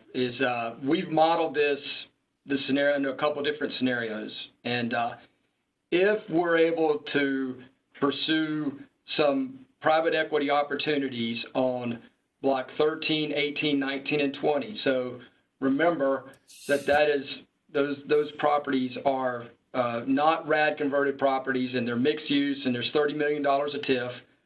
We can complete Casey in 12 to 13 years with some assumed amounts of money off the partnership that we've still yet to pursue on blocks 13, 18, 19, and 20. And assuming that Metro Water fulfills the negotiated, what we're talking about at the staff level, their cost of block 17 with move 17, then we can do it in 13 years. If we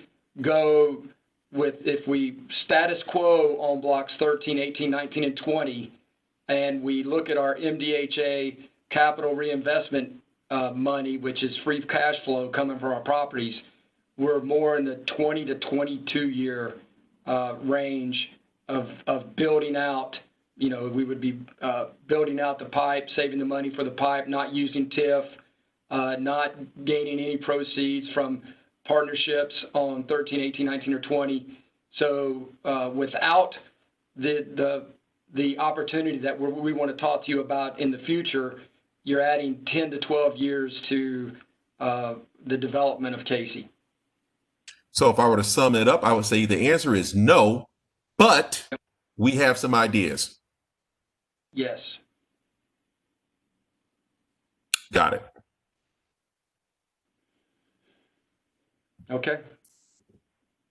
Any more questions about this? Because this is a slide that we will refer to many times as it presents us a framework to discuss where we go in the future and how we go through each step in the future. So, Buck, to be clear, which blocks are CWA? 18, 19, and 20. What is block 13?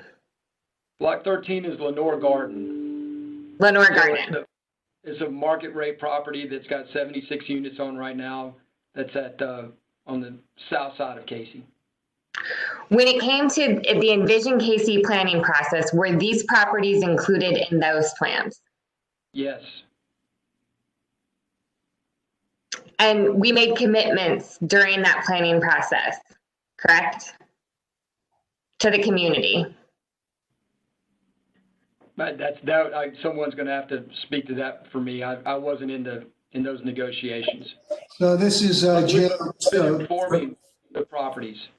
So to answer your question, Commissioner Thaden, they were in the master plan. CWA 1 and 2 were for acquisition.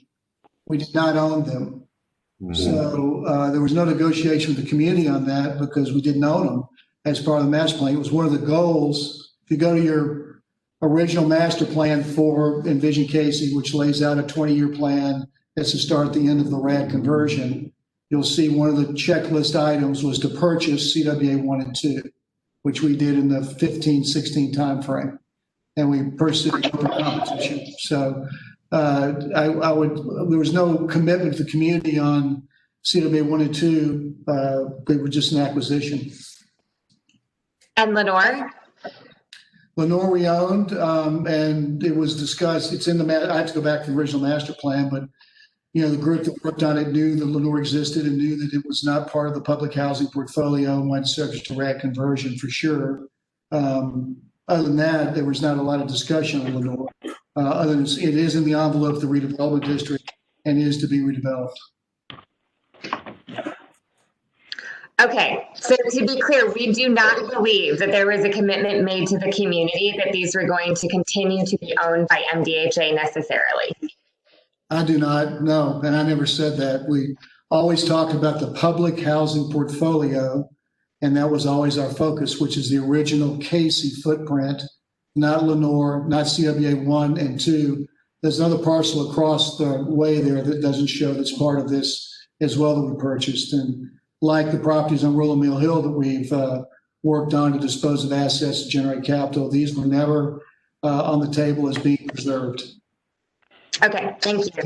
If I could just follow up with Bill Purcell very quickly.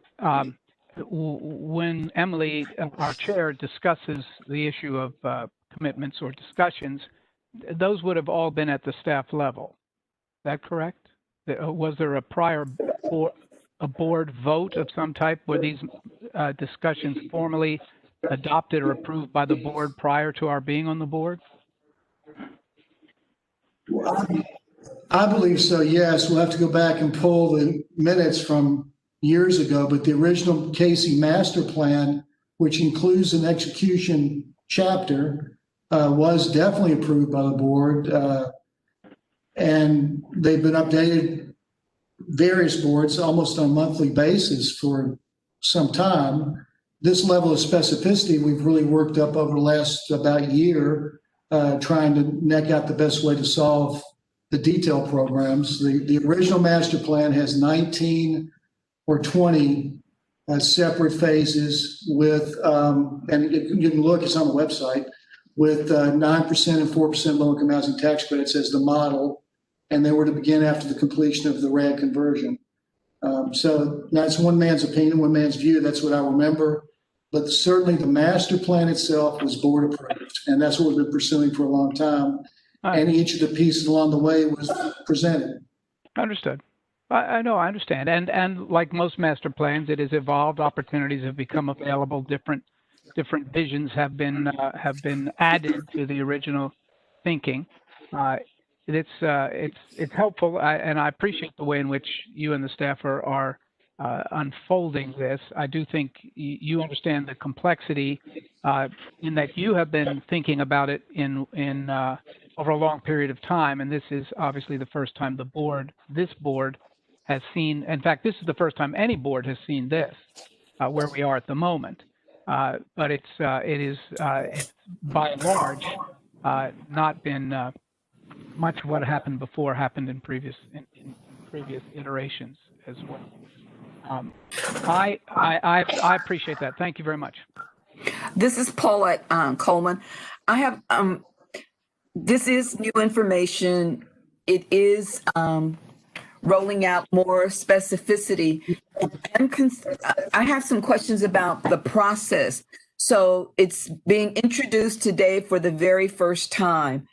Obviously, there's a lot more discussion and a lot more information that needs to be clear to all of the board members.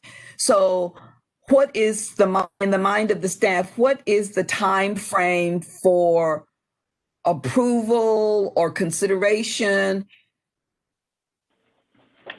That is a great question, Commissioner, and sets us up perfectly for the next couple of slides. We've got a few that lay out where particular projects may come. But let me just say, in the interim, it was our idea that we would introduce the high level full picture on everything, that talks about where our properties stand, how much capital we have, the whole picture, at this meeting, to put it all out there. And we're really going to follow your lead on where you'd like to go from here, in terms of what do you have more questions about.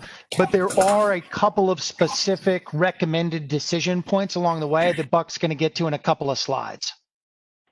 So I think, Matt, if you can go to slide 19. And so, there's some more informational slides about CWA.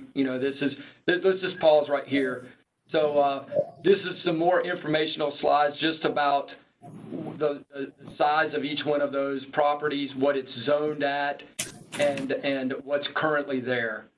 So you can see when we talk about block E2 of CWA, it's 6.67 acres, and it's zoned for 12-story, and it's mixed use.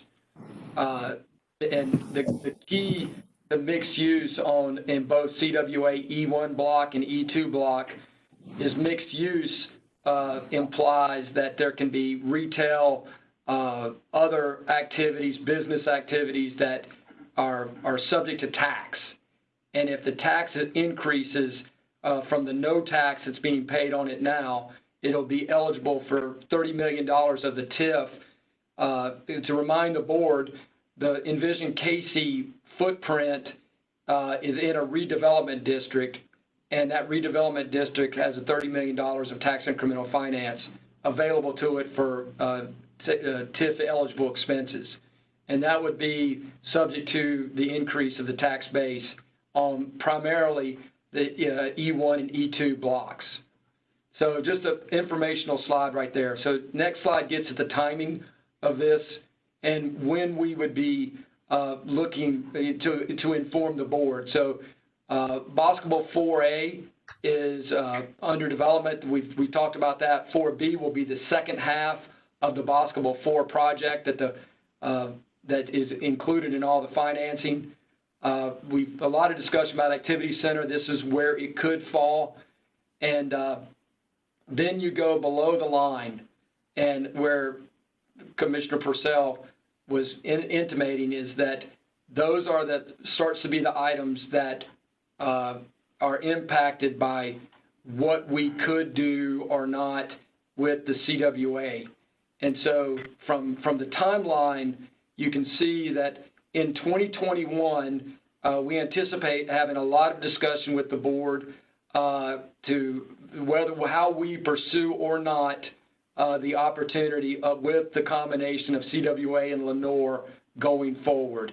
So we will do that in the winter time frame, so that by the middle of the summer we've got a strategy if we want to pursue something with CWA, and then it would lay out the construction about on the timeline that I've got, on the chart here, based on what it would take to build plans and build structures, and then move those people, those units that are at CWA to Lenore perhaps, and then there's more other detail that if we've got to explore with the board and a partner going forward. And so the idea is that how do we get to that point?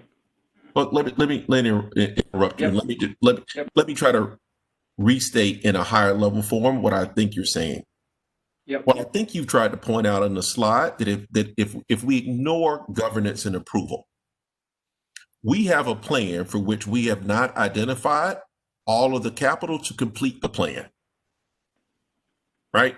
So the problem statement is that we have a plan for Casey redevelopment, and we have yet to identify funds that allow us to deliver on that plan within a time frame of less than 20 years. Right? So that is the problem statement.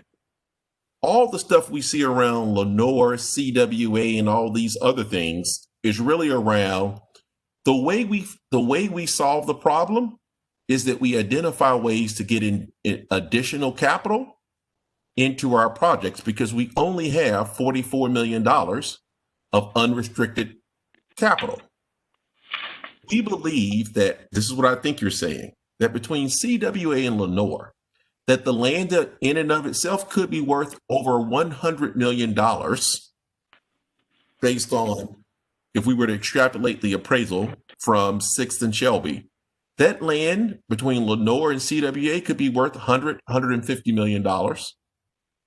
We could also generate maybe a potential another $30 million of TIF financing. And if the board were to agree to pursue those two things in some way, shape, or form, we think that we can take our capital position from only $44 million.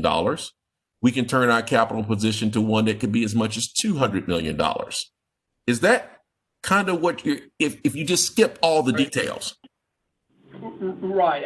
That's adding dollars to this opportunity, which right now, I think, Commissioner Ansari, we're really discussing of how do we further our understanding as a board and as a staff, as we answer your questions to make you comfortable to pursue that opportunity, which could be as much as the dollar amount that you just identified, maybe as much as $170 million. Well, but we've got to figure that out with a partner. Commissioner Ansari, let me just add one wrinkle. I don't want to get into too many details. I think you did a perfect job of summing up the opportunity and question in front of us.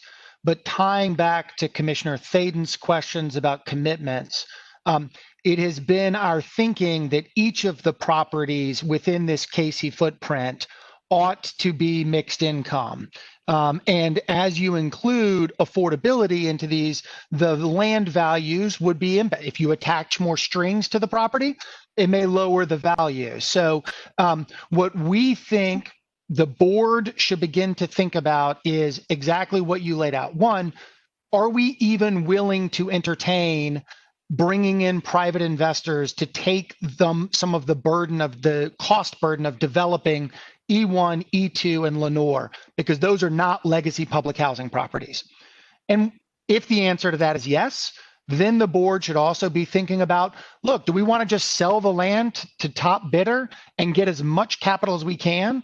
Or do we want to move the slider up and down a spectrum and say, look, we want you, private developer, to agree to include 20% affordable housing or 20% workforce housing or 50% affordable housing.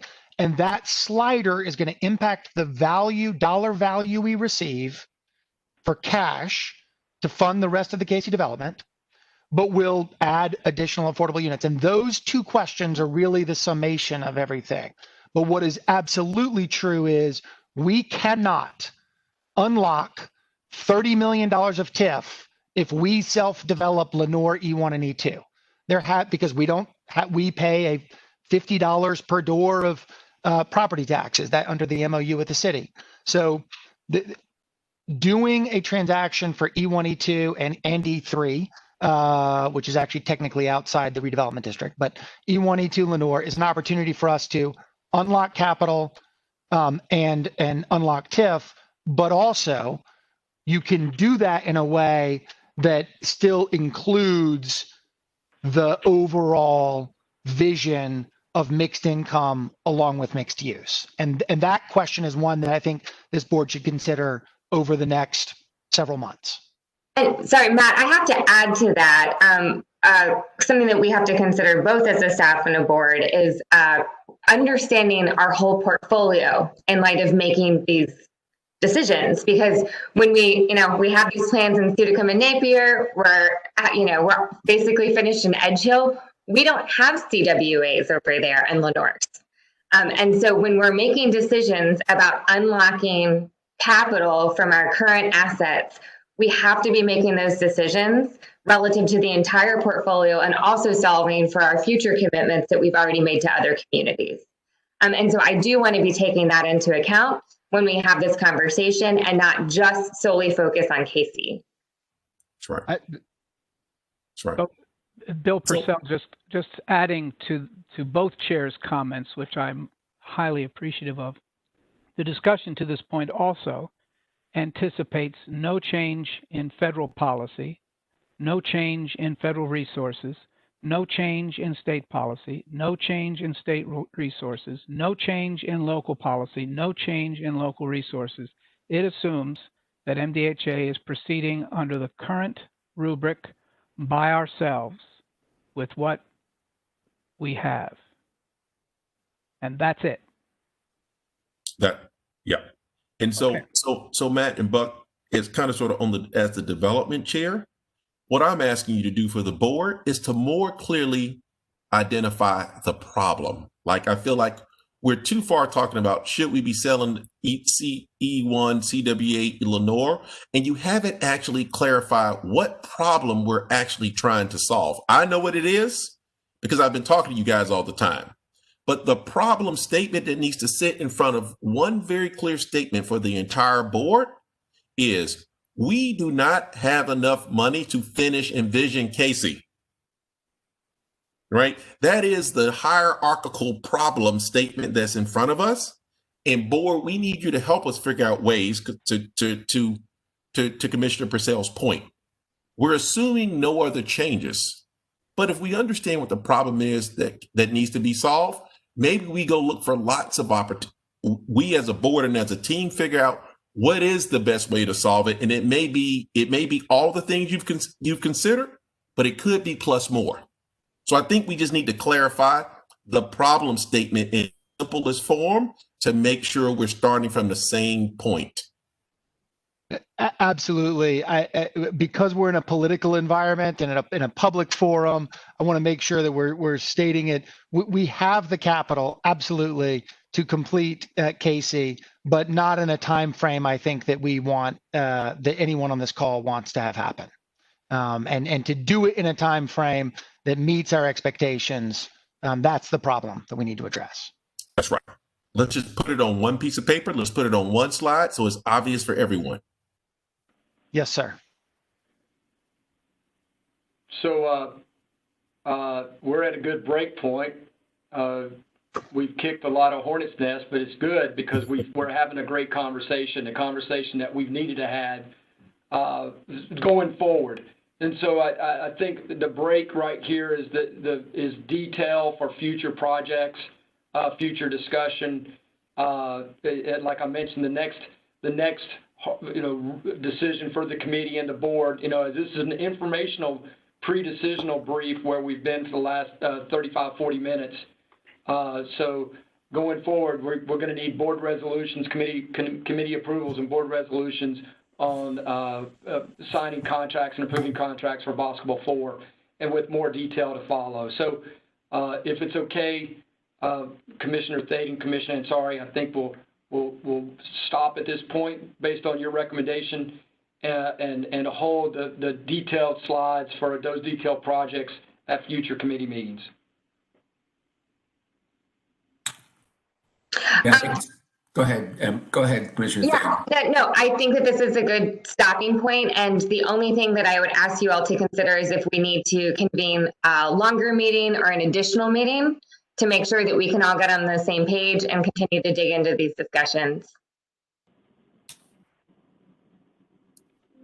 Agreed. All right, we should probably adjourn the committee meetings and move to the board meeting. It's 11:30. Okay, is there a motion to adjourn the Joint Finance and Development Committee? So moved. All in favor, please say aye. And we will move on to the. Do we need to do a roll call? Oh, I think it's okay on adjournment. I'm all On right. adjournment? Okay. Aye.